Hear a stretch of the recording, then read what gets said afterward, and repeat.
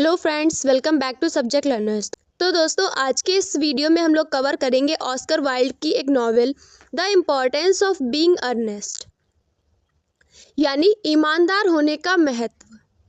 ये प्ले पहले हम लोग कुछ ओवरव्यू ले लेते हैं कि इस प्ले में क्या सेटिंग है, क्या इसका जॉनरा है, इसमें कितने प्ले एक्ट्स हैं। तो ये सब चीज़ें हम लोग देख लेते हैं, फिर हम लोग प्ले को स्टार्ट करेंगे। तो ये प्ले 3 एक्ट्स का प्ले है, जिसका सबटाइटल है a trivial comedy for serious people.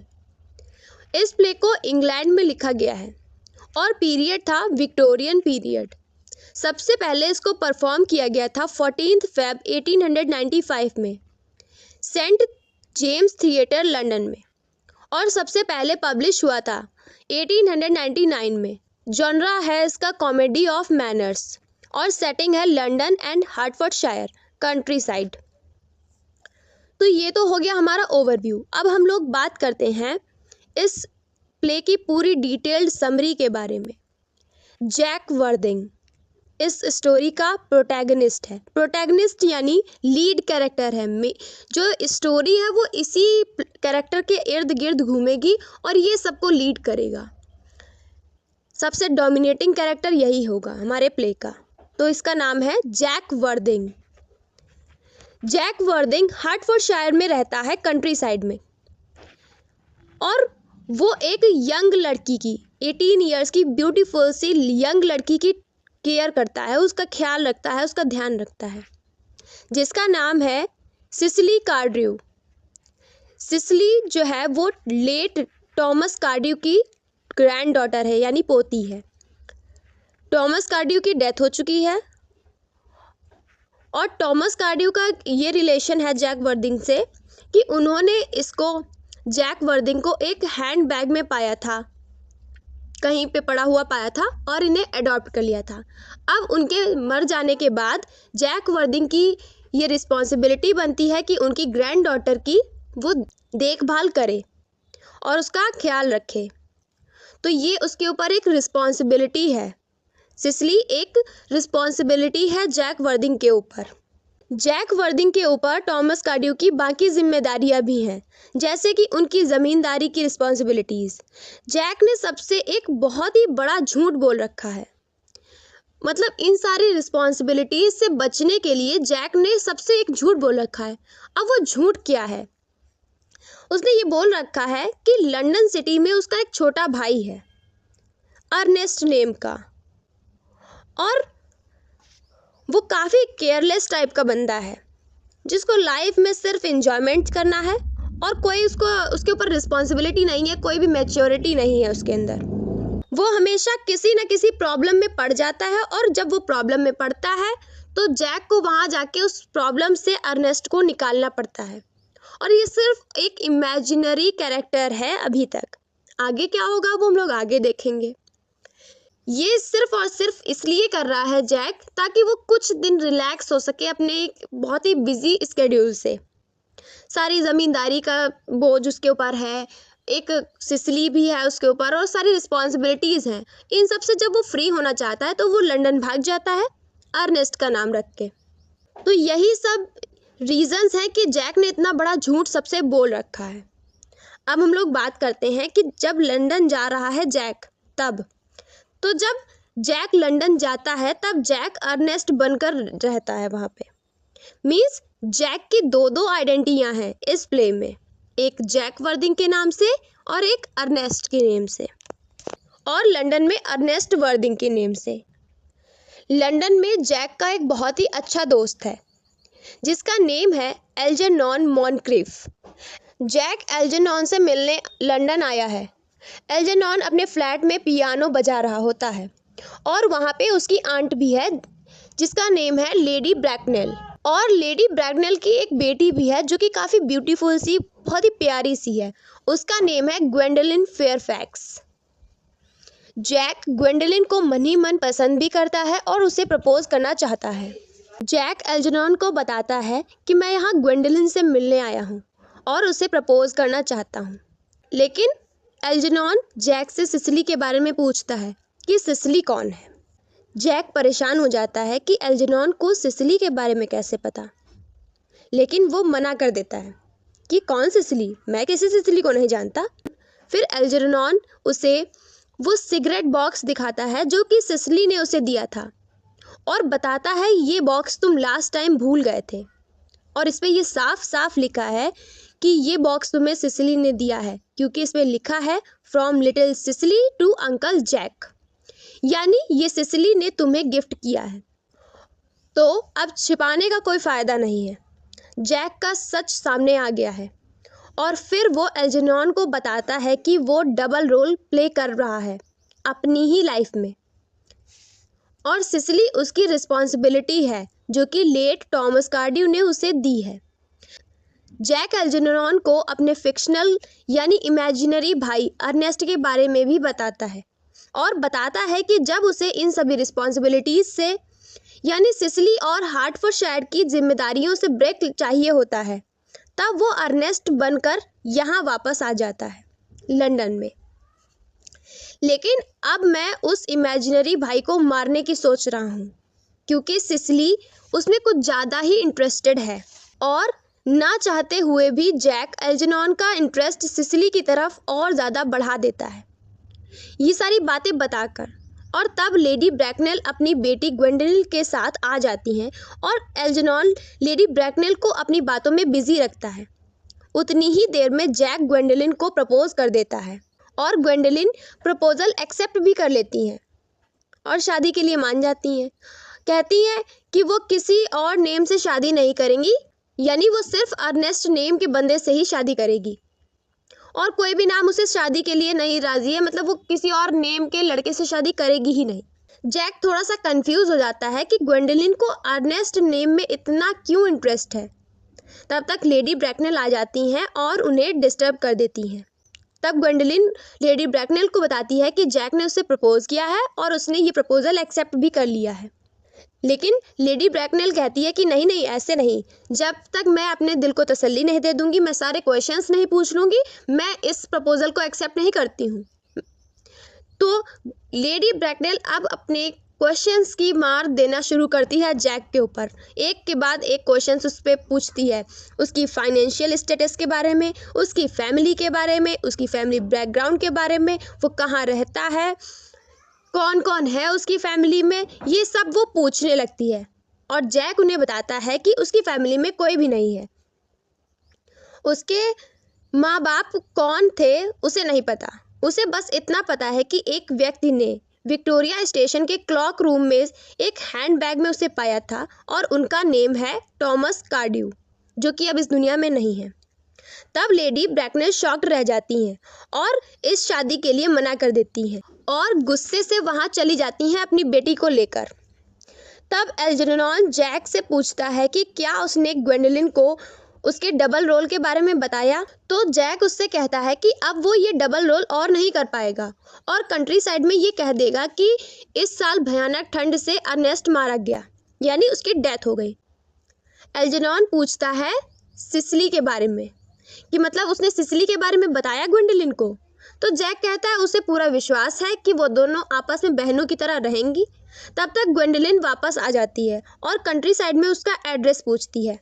ये एड्रेस एल्जेनॉन भी सुन लेता है और उसे नोट कर लेता है। यहीं पे एक्ट 1 कंप्लीट हो जाता है। एक्ट 2 की स्टार्टिंग होती है कंट्री साइड के मैनर हाउस में। सिसिली कार्ड्यू मिस प्रिज्म से जर्मन लेसन्स ले रही हैं।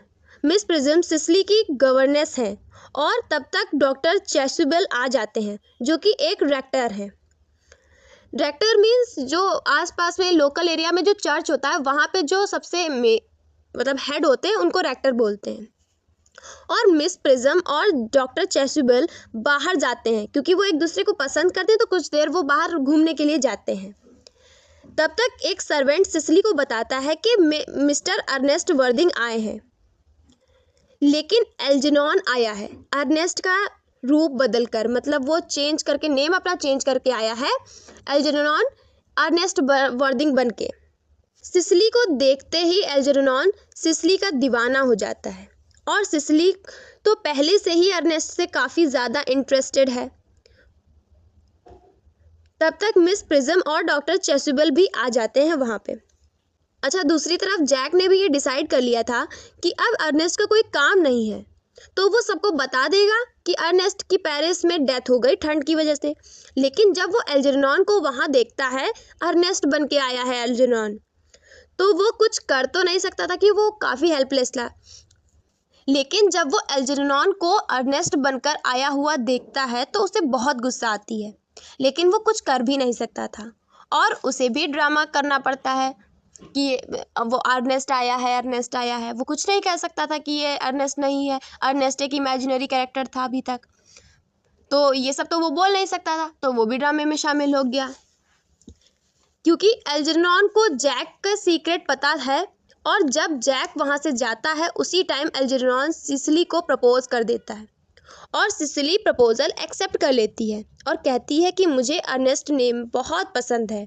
तो एल्जेनॉन डॉक्टर चेसुबल की तलाश में निकल जाता है ताकि वो अपना नेम अर्नेस्ट करवा सके और इधर ग्वेंडोलिन आ जाती है जैक को सरप्राइज देने। सिसिली ग्वेंडोलिन को नहीं जानती है, लेकिन फिर भी वो बहुत ही प्यार से उससे मिलती है, उससे बातें करती है, उसे चाय ऑफर करती है। दोनों साथ ही में चाय पीते हैं। दोनों को ही ये नहीं पता कि जैक की वो क्या लगती हैं, मतलब सिसिली जैक की क्या लगती है और ग्वेंडोलिन जैक की क्या लगती है, ये दोनों को ही नहीं पता। फिर बातें करते वो दोनों बातें करती हैं और बातों ही बातों में सिसिली ग्वेंडोलिन को बताती है कि उसकी शादी हो रही है अर्नेस्ट वर्दिंग से। ग्वेंडोलिन शॉक हो जाती है ये सुनकर और कहती है कि अर्नेस्ट से तो उसकी शादी हो रही है और दोनों में बहस हो जाती है। तब तक जैक और एल्जेनॉन आ जाते हैं और दोनों ही डॉक्टर चेसुबल से अपना नेम अर्नेस्ट रखवाना चाहते हैं और दोनों ही डॉक्टर चेसुबल से अपना नेम अर्नेस्ट रखवाने का इंतज़ाम कर चुके हैं। सिसिली ग्वेंडोलिन को बताती है कि उसके फियांसे का नेम जैक वर्दिंग है, मतलब जब सामने आते तो कहती है कि ये है, तो वो बताती है कि इसका नाम तो जैक वर्दिंग है। और ग्वेंडोलिन सिसिली को बताती है कि उसके फियांसे का नेम एल्जेनॉन है, ना कि अर्नेस्ट वर्दिंग। सिसिली और ग्वेंडोलिन दोनों जानना चाहती हैं कि जैक का भाई अर्नेस्ट कहाँ है, क्योंकि वो दोनों अर्नेस्ट से ही शादी करने वाली थी। तो जैक को बताना पड़ता है कि जैक का कोई भाई ही नहीं है और अर्नेस्ट कंप्लीटली इमेजिनरी कैरेक्टर था। दोनों ग्वेंडोलिन और सिसिली शॉक्ड हैं और गुस्से में हैं। वो दोनों एक दूसरे का हाथ पकड़कर घर चली जाती हैं और यहाँ एक्ट 2 भी कंप्लीट होता है। अब एक्ट 3 स्टार्ट होता है और एक्ट 3 में एंट्री होती है लेडी ऑगस्टा ब्रैकनेल की और एल्जेनॉन लेडी ब्रैकनेल से बताता है कि वो सिसिली से शादी करना चाहता है। लेकिन लेडी ब्रैकनेल मना कर देती हैं, ये कहकर कि तुम लोग तो किसी से भी शादी करने को तैयार हो जाते हो। तो तब जैक को गुस्सा आ जाता है और जैक कहता है कि सिसिली कोई आम सी लड़की नहीं है, उसके पास बहुत पैसा है, बहुत दौलत है और अभी उसे और भी बहुत कुछ मिलना बाकी है। जिसे सुनने के बाद लेडी ब्रैकनेल थोड़ा इंटरेस्ट दिखाने लगते हैं क्योंकि उनके अंदर थोड़ा सा लालच आ जाता है। जैक लेडी ब्रैकनेल को बताता है कि वो सिसिली का लीगल गार्जियन है और वो एल्जेनॉन और सिसिली की शादी के लिए एग्री नहीं करेगा। तो लेडी ब्रैकनेल कहती है कि ठीक है, जब तक सिसिली की शादी करने की उम्र नहीं हो जाती है वो वेट करेंगे। तो जैक उन्हें बताता है कि उसके ग्रैंडफादर के अकॉर्डिंग लीगली वो एज 35 ईयर्स है, यानी सारे डिसीजंस मेरे ही हाथ में हैं और जब तक आप ग्वेंडोलिन की शादी मेरे साथ नहीं करेंगी तब तक मैं भी सिसिली और एल्जेनॉन की शादी के लिए एग्री नहीं करूँगा, नहीं मानूंगा मैं। लेडी ब्रैकनेल मना कर देती हैं और ग्वेंडोलिन को लेकर वहाँ से जाने की तैयारी करती हैं और इतने में डॉक्टर चेसुबल आ जाते हैं और मिस प्रिज्म जो कि सिसिली की गवर्नेस हैं उनके बारे में वो कुछ कहते हैं। लेडी ब्रैकनेल मिस प्रिज्म का नाम सुन लेती हैं और नेम सुनते ही क्वेश्चन करने लग जाती हैं कि वो कहाँ है, उन्हें बुलाओ। उन्हें बुलाने के लिए लेडी ब्रैकनेल कहती हैं और जब मिस प्रिज्म वहाँ आती हैं और लेडी ब्रैकनेल को देखती हैं तो वो डर जाती हैं और शर्मिंदा भी होती हैं क्योंकि लेडी ब्रैकनेल मिस प्रिज्म के ऊपर ये ब्लेम करती है कि वो 28 ईयर्स पहले उनकी बहन के वहाँ से एक बेबी को वॉक पे ले गई थी और कभी वापस आई ही नहीं।